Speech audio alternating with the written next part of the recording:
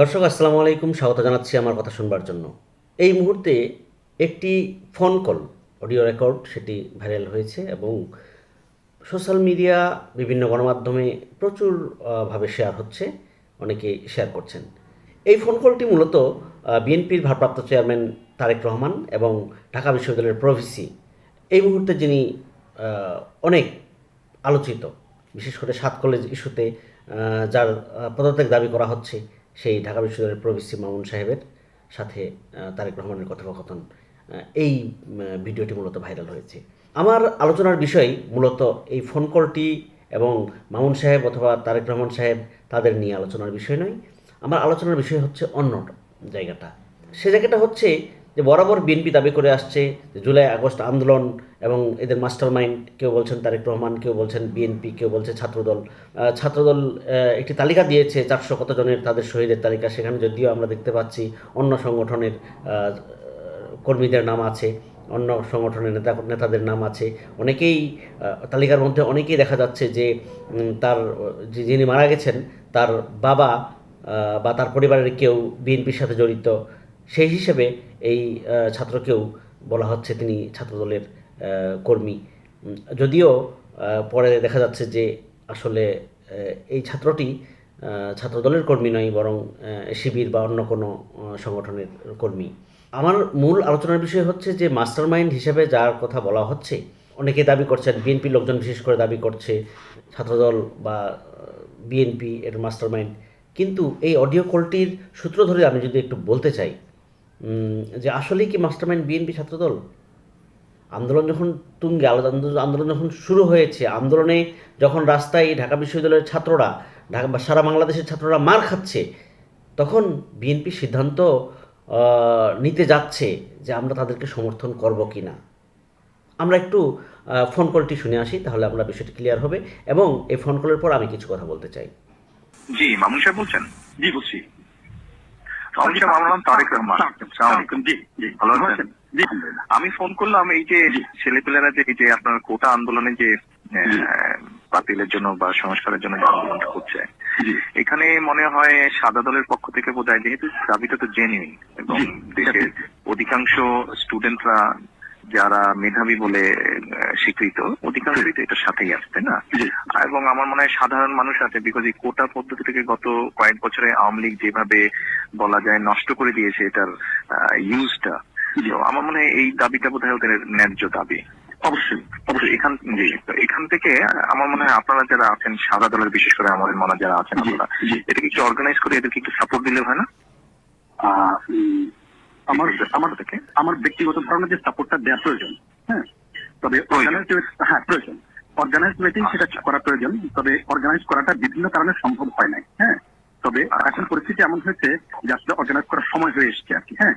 এবং আমি শিওর যে আপনি বলাতে এটা আরো বেশি এক্সপার্টাইজ হবে নিশ্চয়ই, হ্যাঁ।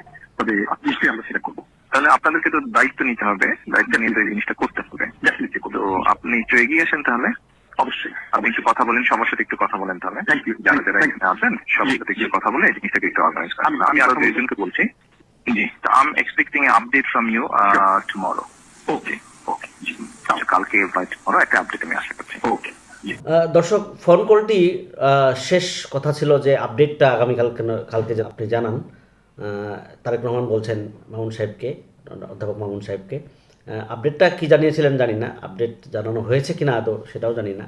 বাট এখানে যেটা ক্লিয়ার সেটা হচ্ছে যে আন্দোলনে, এই যে বৈষম্যবিরোধী ছাত্র আন্দোলন, বিএনপির চেয়ারপারসন ভারপ্রাপ্ত চেয়ারম্যান তারেক রহমান বলছেন যে আন্দোলনে আমাদের সমর্থন দেওয়া উচিত এবং আন্দোলন এটা হচ্ছে যথোপযুক্ত, এটা ছাত্রদের প্রতি অন্যায়। আওয়ামী লীগ তাদের জায়গা থেকে যা করেছে এটা অন্যায় করেছে।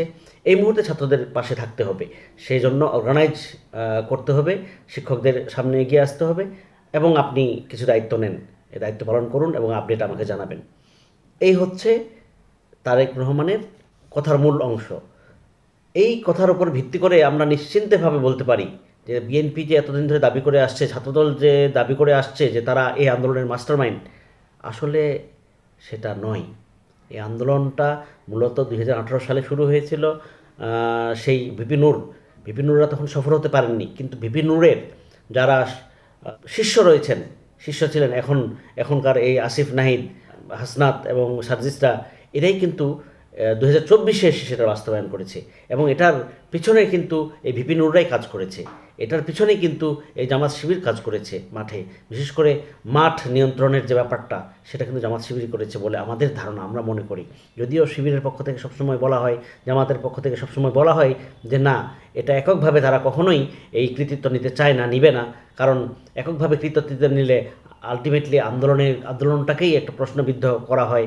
কারণ এখানে যারা মারা গেছেন, যারা শহীদ হয়েছেন, তারা কিন্তু খেটে খাওয়া মানুষ, শিশু থেকে শুরু করে ছাত্র, সাধারণ মানুষ, জনতা, রিক্সা শ্রমিক, কুলি মজুর, দোকানদার এবং সরকারি চাকরিজীবী, ব্যাংকার, অনেক মানুষ আহত হয়েছেন, শহীদ হয়েছেন। তো এইটাকে প্রশ্নবিদ্ধ করার কোনো মানেই আসে না।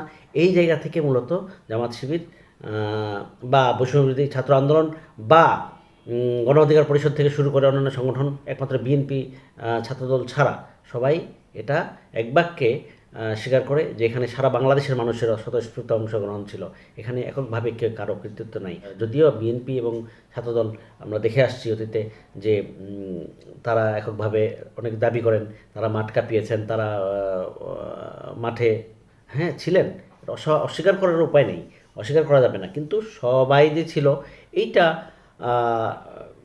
মানে বিএনপি এবং ছাত্রদল যেটা মনে করে বা দাবি করতে চায় যে তারা না হলে এই আন্দোলন সফল হতো না। কিন্তু আমরা তো দেখে আসছি আসলে ওই আন্দোলনটা সফলের পিছনের গল্প কী ছিল আসলে। এবং গত 15-16 বছর ফ্যাসিস্ট আওয়ামী লীগ শাসন করেছে, দেশটা চালিয়েছে, কিন্তু বিএনপি কিন্তু অনেক আন্দোলন করেছে, কিন্তু আসলে সফলতা পায়নি, সফলতার মুখ দেখা যায়নি। আমরা দেখেছি বিএনপি একটা কর্মসূচি দিলে সেই কর্মসূচির আগের দিন বিএনপি মহাসচিব আটক হয়ে যেতেন, মির্জা আব্বাস সাহেব আটক হয়ে যেতেন, এরকম রিজভী সাহেবদের লুকিয়ে থাকা লাগতো, এরকম আমরা দেখেছি অনেক। তো আলটিমেটলি বিএনপির একার পক্ষে এটা কখনোই সম্ভব নয়, কখনো সম্ভব ছিল না। সবার সম্মতিক্রমেই এবং সবার অংশগ্রহণেই এই আন্দোলনটা মূলত সফলতার দ্বারপ্রান্তে এসে পৌঁছায়।